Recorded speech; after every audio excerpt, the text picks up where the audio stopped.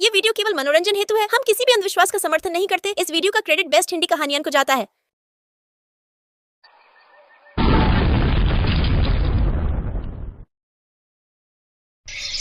मुंबई में एक धारावी इलाका था जहाँ पर सब झोपड़पट्टी बनाकर गरीब लोग रहा करते थे। उस इलाके में महेश और उसकी बीवी भी रहा करते थे। उसका एक 10 साल का बेटा था जिसका नाम उन्होंने बड़े ही प्यार से अमिताभ बच्चन की वजह से विजय रख दिया था। अरे विजय की मम्मी, रात हो गई है, जरा अपने हाथ के गर्मा गर्म बढ़िया मस्त चाय तो बना दो। अभी बनाती हूँ, तब तक आप विजय के साथ खेलो। तभी वहाँ पर पड़ोस की झोपड़पट्टी में रहने वाली एक 8 साल की बच्ची रागिनी आ गई। अंकल अंकल, आप लोग अकेले ही खेलोगे क्या? मुझे नहीं खिलाओगे? रागिनी आओ, हम लोग मिलकर खेलेंगे। विजय, मैं तो मजाक कर रही थी। मैं यहाँ पर खेलने नहीं आई हूँ। मैं तो आंटी से थोड़ा दूध लेने आई हूँ। हाँ बेटा, अंदर आओ, देखो दूध रखा है, जितना चाहिए ले लो। रागिनी अंदर गई, उसने दूध उठाया और वहाँ से जाने लगी। तभी उसने पलटकर विजय की तरफ देखा और मुस्कुराते हुए कहा, विजय, मैं कल दिन में आऊंगी, फिर दिन में हम लोग खेलेंगे। ठीक है रागिनी, लेकिन कल जल्दी उठ जाना, हमें जल्दी स्कूल पहुँचना है। ठीक है विजय, बाय। रागिनी वहाँ से चली गई, लेकिन विजय का पिता महेश और उसकी पत्नी एक दूसरे को देखकर मुस्कुराने लगे। देख रही हो विजय की मम्मी, रागिनी और विजय बहुत अच्छे दोस्त बन चुके हैं। हाँ, देख रही हूँ। विजय बिल्कुल आप पर ही तो गया है। तो इस तरह विजय के परिवार और रागिनी के परिवार वालों की बहुत अच्छी दोस्ती थी। इसी वजह से विजय और रागिनी के बीच भी बचपन से ही बहुत गहरी दोस्ती थी। दोनों एक साथ ही स्कूल आया जाया करते थे। सब अच्छा चल रहा था। तभी एक दिन अचानक वहाँ पर सुनामी लहर आ गई, जिससे वहाँ की सभी झोपड़पट्टियाँ समुद्र में बह गई। विजय कहीं दूसरी जगह बह गई। बहते बहते विजय अचानक किसी पत्थर से टकरा गया। उसने उस पत्थर को ही अपना सहारा बना लिया। तभी उसने देखा कि उसी पत्थर से लिपट कर रागिनी भी रो रही थी। विजय, मेरे मम्मी पापा बह गए। रागिनी, मेरे मम्मी पापा भी न जाने कहाँ बह गए। चिंता मत करो, हम दोनों एक दूसरे का सहारा बनेंगे। विजय, मेरे मम्मी पापा बह गए। वो तूफान इतनी तेज था कि कई घंटों तक समुद्र की लहरें वहाँ के इलाके को तबाह करती हुई चली गई। बहुत सारे लोग तो समुद्र के अंदर ही दफन हो गए और दोबारा मिले ही नहीं। रागिनी और विजय का परिवार भी नहीं मिला, लेकिन दोनों अपने माँ बाप को ढूंढते रहे, पर वो कभी नहीं मिले। विजय, मेरा इस दुनिया में अब कोई नहीं बचा। अब तुम मेरा साथ कभी न छोड़ना। रागिनी, मेरा भी इस दुनिया में अब कोई नहीं बचा। अब हम दोनों ही एक दूसरे का सहारा बनेंगे और अपनी जिंदगी बिताएंगे। विजय, मेरा इस दुनिया में अब कोई नहीं बचा। अब तुम मेरा साथ कभी न छोड़ना। रागिनी और विजय किसी अनाथ आश्रम में रहने लगे। धीरे धीरे दोनों जब जवान हुए तब आश्रम की देखभाल भी करने लगे। विजय, जो तुम कहोगे मैं वैसा ही करूंगी। ऐसा करते हैं, हम लोग बाहर कहीं नौकरी ढूंढ लेते हैं, फिर कोई छोटा मोटा घर भी बना लेंगे अलग। विजय बाहर इधर उधर नौकरी ढूंढने लगा, लेकिन उसे एक ढाबे पर वेटर की नौकरी मिल गई। विजय, हम लोग बचपन से एक साथ रह रहे हैं, लेकिन अब हम दोनों जवान हो चुके हैं। अगर कोई हमसे पूछेगा कि हम दोनों का रिश्ता क्या है तो हम उन्हें क्या बताएंगे? रागिनी, मेरे मन में भी कई बार ये सवाल आया, पर मैंने तुमसे कभी कहा नहीं। अगर तुम बुरा ना मानो तो मैं इस रिश्ते को एक नाम देना चाहता हूँ। क्यों ना हम दोनों शादी कर लें? क्या तुम मुझसे शादी करोगी? ये भी कोई पूछने की बात है विजय? मैं तुम्हारे अलावा किसी दूसरे अनजान लड़के के साथ शादी क्यों करूंगी? तो ठीक है, मैंने कुछ पैसे इकट्ठे किए हैं, कल ही हम अपने अनाथ आश्रम चलते हैं और सभी को अपनी शादी की बात बता देते हैं। अगले दिन विजय और रागिनी अपने अनाथ आश्रम में गए और अनाथ आश्रम के मालिक को अपनी शादी के बारे में बता दिया। विजय, मैं तुमसे बहुत खुश हूँ। आज तुमने अपने दम पर अपनी जिंदगी की शुरुआत की है। ये बात सभी अनाथ बच्चों को तुमसे सीखनी चाहिए। हम सब मिलकर तुम दोनों की शादी धूमधाम से करेंगे, चिंता मत करो। कुछ ही महीनों बाद बड़े ही धूमधाम से रागिनी और विजय की शादी। दोनों ही उस जंगल में अब बनी झोपड़पट्टी में अपनी जिंदगी बिताने लगे। फिर एक दिन रागिनी ने कहा, विजय, कब तक हम इस तंबू में रहेंगे? मेरा सपना है कि हमारा भी एक अच्छा सा घर हो। विजय जितना भी कमाता था उसमें से आधी पगार वो अनाथ आश्रम में दान दे देता था और जो पैसे बच जाते थे उससे अपनी जिंदगी चलाता था। लेकिन एक दिन वो ढाबा भी बंद हो गया। रागिनी, ऊपर वाले ने हमारे सर से हमारे माँ बाप का साया छीन लिया। उसके बाद हम अपने दम पर कुछ करना चाहते थे तो नौकरी भी चली गई। विजय, ऊपर वाला जब कुछ करता है ना तो उसके पीछे कुछ बहुत बड़ा कारण होता है। विजय और रागिनी आपस में अपनी परेशानियों को लेकर चर्चा कर ही रहे थे कि तभी वहाँ पर नगर निगम वाले उनके घर आ टपके। तुम दोनों कल ही अपना तंबू हटाकर यहाँ से जगह खाली कर देना। ये जगह सरकार की है, ना कि तुम्हारे बाप की। देखिए, आपको जो भी कहना है प्यार से भी तो कह सकते हैं। बाप पर जाने की क्या जरूरत है? हाँ ठीक है, कल तक अपने तंबू हटा लेना, वरना मैं जबरदस्ती या बुलडोजर चलवाना पड़ेगा। इतना कहकर वो लोग वहाँ से चले गए। तभी थोड़ी देर बाद अनाथ आश्रम का मालिक भी उनके पास आ गया। विजय बेटा, किसी ने जानबूझकर हमारे अनाथ आश्रम में ड्रग्स और अफीम रख दिया और हमारे अनाथ आश्रम पर रेड पड़ गई। वो जगह हमसे सरकार ने छीन ली है। उस आश्रम में रहने वाले सभी बच्चे एक बार फिर से अनाथ हो गए। देखो, सारे बच्चे बाहर खड़े हैं, बेचारे कहाँ रहेंगे? कहाँ विजय अभी तक रागिनी के साथ मिलकर अच्छे अच्छे सपने देख रहा था। एक ही पल में सारे सपने चकनाचूर हो गए। बाबा, वो सिर्फ अनाथ आश्रम ही नहीं था, बल्कि हम जैसे अनाथ बच्चों का एक परिवार था। तो हमारा भी फर्ज बनता है इन अनाथ बच्चों की मदद करना। विजय, यहाँ तो हम रह नहीं सकते। चलो हम लोग कहीं दूसरी जगह डेरा डालते हैं, फिर उसके बाद सोचते हैं कि आगे क्या करना है। हाँ रागिनी, तुमने सही कहा। विजय और रागिनी ने अपना सामान उठाया। सभी पैदल ही आगे की राह तलाशने लगे। काफी दूर चलने के बाद जब वे शहर से बाहर निकल गए तो एक पहाड़ी इलाके में उन्हें एक सुनसान जंगल दिखाई पड़ा। बाबा, ये इलाका बहुत सुनसान है। इस पहाड़ी इलाके में हमें कोई भी परेशान करने नहीं आएगा। हम यहीं पर अपना डेरा डाल सकते हैं। हाँ विजय बेटा, तुमने सही कहा। रात में विजय और रागिनी अपनी झोपड़पट्टी के अंदर आगे के बारे में बात करने लगे। रागिनी देखो, एक पल में क्या से क्या हो गया। आज हमारी सुहागरात थी। मैंने सोचा था कि मैं खूब पैसे कमा लूंगा और हमारा भी शानदार बेडरूम होगा, हमारा भी बहुत अच्छा बंगला होगा जिसमें मैं सभी अनाथ बच्चों को रखूंगा। पर सारे सपने टूट गए। यही सब बातें करते करते विजय और रागिनी सो गए। तभी अचानक रागिनी और विजय दोनों को एक साथ एक सपना आया। उनके सपने में महेश के माता पिता और रागिनी के भी माता पिता थे। बच्चों, हमें जानकर बहुत खुशी हो रही है कि तुम दोनों ने आपस में शादी कर ली और अपने साथ साथ बहुत सारे अनाथ बच्चों की देखभाल कर रहे हो। इसीलिए परमात्मा ने हमें तुम्हारी मदद करने के लिए भेजा है। तभी अचानक पीले रंग की बहुत तेज रोशनी हुई, लेकिन जब उन लोगों ने अपनी आंखें खोली तब वो लोग उस झोपड़पट्टी में नहीं बल्कि सोने और चांदी के बेड पर थे। विजय सोने के बेड पर था और रागिनी चांदी के बेड पर। विजय, ये सब क्या हो गया? मेरे सपने में हमारे माँ बाप आए थे। क्या तुमने भी ऐसा सपना देखा? हाँ रागिनी, मेरे सपने में भी हम दोनों के माँ बाप आए थे और ये चमत्कार उन्होंने किया है। चलो बाहर चलकर देखते हैं। विजय और रागिनी जब बाहर निकले तब उन्हें अपनी आंखों पर भरोसा ही नहीं हुआ। बाहर से उन्होंने देखा तो एक बहुत बड़ी हवेली बनी थी। बच्चों, तुम दोनों ने मौत से लड़कर खुद को तो बचाया ही और एक दूसरे का साथ दिया। बचपन से तुम दोनों ने अपनी दोस्ती नहीं छोड़ी। यहाँ तक कि हमारे अनाथ बच्चों को भी तुम लोग पाल रहे हो। इन सब का फल तो तुम्हें मिलना ही था। विजय, मैंने कहा था ना कि ऊपर वाला जो भी करता है अच्छे के लिए करता है। भगवान ने हमारे माँ बाप के जरिए ये चमत्कार किया है। इस हवेली में धन दौलत सब कुछ है। विजय ने उस हवेली में एक अनाथ आश्रम और एक बहुत बड़ा होटल खोल लिया और खुशी खुशी अपनी जिंदगी बिताने लगे।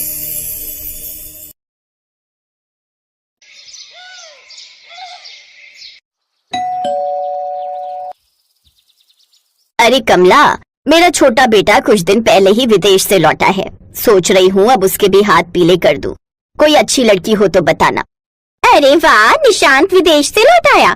फिर तो उसके लिए कोई बड़े अमीर घर की लड़की ढूंढनी पड़ेगी। तेरी बड़ी गरीब बहू की तरह नहीं जो बस 2 जोड़ी कपड़े में ही ससुराल चली आई। अब मुझे देख, अमीर बहू लाई हूँ तो सब सामान आया है दहेज में। ये जिस एसी की तू ठंडी ठंडी हवा खा रही है ना, ये भी मेरी बहू के दहेज में ही आया है। मैंने तो इसे हॉल में लगवा दिया ताकि सब इसका इस्तेमाल करे। चलो बढ़िया है, एक मैं हूँ जिसकी गरीब बहू कुछ नहीं लाई। लेकिन अब तो मेरी सारी उम्मीदें अपनी छोटी बहू से ही है। तू कोई अच्छी अमीर घर की लड़की ढूंढना मेरे निशांत के लिए। अरे तुम चिंता मत करो, निशांत के लिए तो मैं एक बड़े घर की लड़की का रिश्ता ही लेकर आऊंगी। ऐसे ही समय बीता। एक रोज कमला एक बड़े घर की लड़की का रिश्ता निशांत के लिए लेकर आती है। देख तो विमला, लड़की कितनी सुंदर है, ऊपर से अमीर घर से भी है, अपने माँ बाप की इकलौती है, खूब दहेज मिलेगा। बोल तो बात करूं। अरे निकी और पूछ तू जल्दी से बात बढ़ा, हम कल ही चले जाएंगे देखने। विमला एक लालची औरत थी। उसके बड़े बेटे ने अपनी पसंद की गरीब लड़की से शादी की थी, इसलिए उसके दहेज में कुछ नहीं आया था।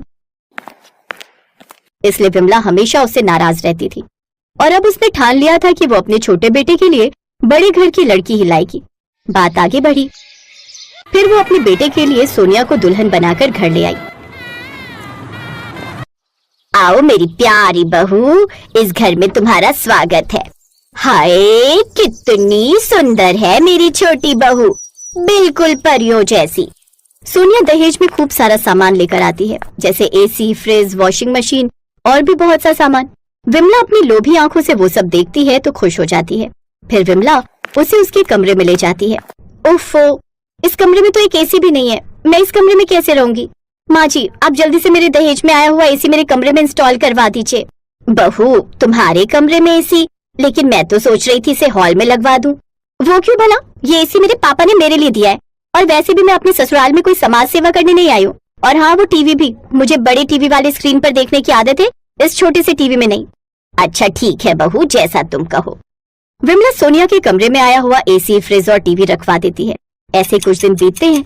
जहाँ अमीर सोनिया सारा दिन अपने कमरे की ठंडी हवा में बैठती, तो वहीं उसकी जेठानी रजनी घर के कामकाज में लगी रहती। एक रोज गर्मी में सारा दिन काम करके रजनी का गला सूखने लगता है। गर्मी में काम करके गला सूखने लगा है, ठंडा पानी पीने की इच्छा हो रही है। रजनी सोनिया के कमरे में जाकर फ्रिज से पानी निकालकर पीने लगती है। आहा, ठंडा पानी पीकर कितना सुकून मिला है। लेकिन तभी सोनिया बाहर से शॉपिंग करके आ जाती है। आहा, ठंडा पानी तो बड़े मजे से पिया जा रहा है, लेकिन जरा मेरा कमरा तो देखो कितनी बुरी तरह फैला है, इसे ही साफ कर देती। देवरानी जी मैं। हाँ, तुम कर भी दोगी तो क्या चला जाएगा तुम्हारा। ठीक ही तो कह रही है छोटी बहू, वो बेचारी शॉपिंग करके थक कर आई है, तो तुम उसका कमरा साफ कर दोगी तो कौन सा गुनाह हो जाएगा। चल अब जल्दी से इसका कमरा साफ करके झाड़ू लगा दे, और हाँ, फिर फिनाइल डालकर पोछा भी लगा देना। जी माँ जी। सोनिया को अपनी अमीरी और सुंदरता पर बड़ा घमंड था, तो वहीं रजनी दिल की बहुत अच्छी थी, लेकिन उसकी ये अच्छाई किसी को नजर नहीं आती और उसकी सास हमेशा उसको बुरा भला सुनाती रहती। एक रोज सोनिया सज धज कर तैयार होकर फिल्म देखने जा रही होती है। उसे देख रजनी ने कहा, देवरानी जी मुझे भी बड़े दिन हो गए बाहर गए हुए, और मैंने तो आज तक सिनेमा हॉल भी नहीं देखा। अगर आपको बुरा ना लगे तो क्या मैं भी आपके साथ चलूं? तुमने अपनी शक्ल भी देखी है, ऊपर से कपड़े तक पहनने का सेंस तो है नहीं तुम्हें। अगर मैं तुम्हें अपने साथ ले कर गई तो जानती भी हो मेरी इतनी इंसल्ट होगी, इसलिए ज्यादा बकबक मत करो और वही करो जो तुम्हारी औकात है, इस घर के काम।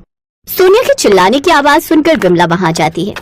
क्या हुआ, मेरी अमीर बहू गुस्सा क्यों हो रही है? फिर सोनिया विमला को सारी बात बताती है। ये सुनकर विमला को गुस्सा आ जाता है। तेरी हिम्मत कैसे हुई छोटी बहू से ऐसा कहने की? अरे तूने अपनी काली शक्ल देखी भी है? ना जाने वो कौन सी मनहूस घड़ी थी जो मैं तुझे अपने घर की बहू बना कर ले आई। चल जा, घर में इतने सारे काम पड़े हैं, उन्हें खत्म कर, फिल्म देखने जाएगी मनहूस कहीं की। रजनी रोते हुए वहां से चली गई और घर के काम करने लगी। गरीब और काली रजनी के साथ हमेशा ऐसे ही होता था। ऐसे ही समय बीतता है। कुछ समय बाद दोनों बहुओं का जन्मदिन आने वाला था। उन दोनों का बर्थडे एक ही दिन आता था। विमला अपनी छोटी बहू के लिए महंगी सी साड़ी लेकर आती है।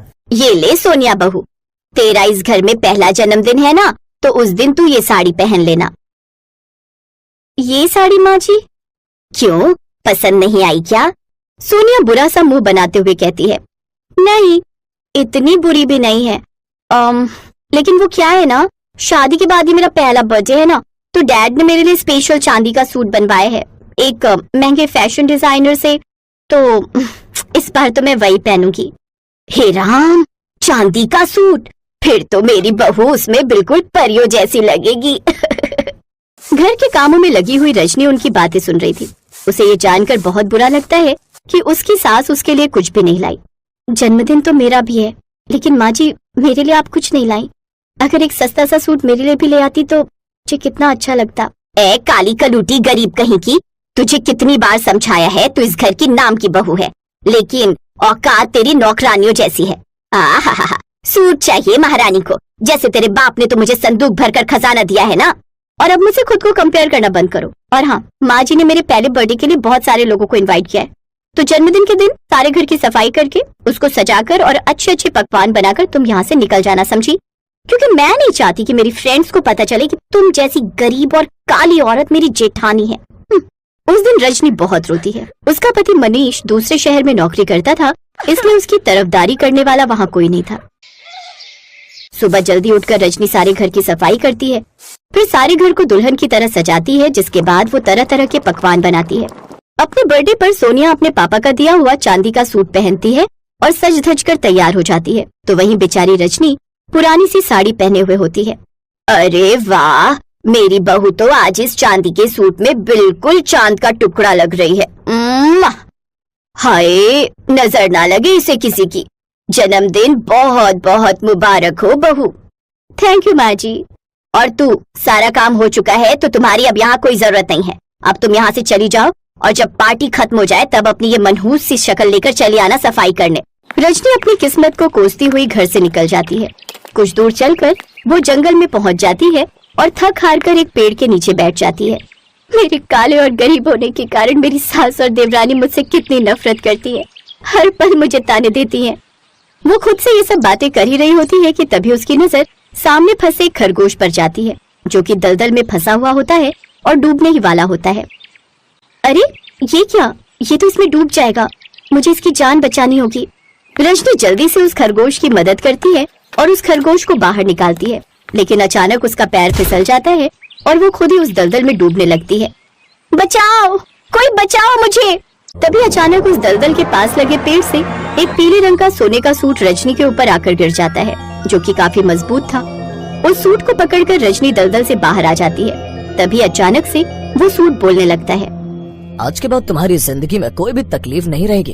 तुम बहुत नेक दिल इंसान हो। तुमने अपनी जान खतरे में डालकर उस खरगोश की जान बचाई है। अरे ये क्या, तुम तो बोलते भी हो, भला ये कैसा चमत्कार है? हाँ, मैं एक जादुई सोने का सूट हूँ जो परिलोक से आकर इस पेड़ पर फंस गया था और तभी आजाद हो सकता था जब मैं किसी नेक दिल इंसान की मदद करूँ और उसके पास ही रहूँ। अब तुम एक बार मुझे पहन कर देखो, तुम्हारी सारी तकलीफें खत्म हो जाएंगी। उसकी बात मानकर रजनी उस सूट को पहन लेती है, जिसे पहनते ही वो बहुत ही खूबसूरत हो जाती है। रजनी बहुत खुश होती है। वो सोने का सूट पहनकर अपनी देवरानी की बर्थडे पार्टी में पहुंचती है, जहां सभी उसे देखकर हैरान रह जाते हैं। ये क्या, तुमने सोने का सूट पहना है और तुम इतनी खूबसूरत कैसे हो गई? रजनी सबको सारी बात बताती है। ये सुनकर सोनिया चिढ़ जाती है। अब उस सोने के सूट की मदद से रजनी खुद का बड़ा घर बना लेती है, जिसमें ऐशो आराम की हर चीज होती है। अब उस घर में वो अपने पति के साथ खुशी खुशी रहती है। हेलो दोस्तों, कैसे हैं आप सब? हमारी कहानियाँ देखने के लिए हमारे चैनल को सब्सक्राइब कीजिए और हाँ, बेल आइकॉन पर क्लिक करना मत भूलिएगा।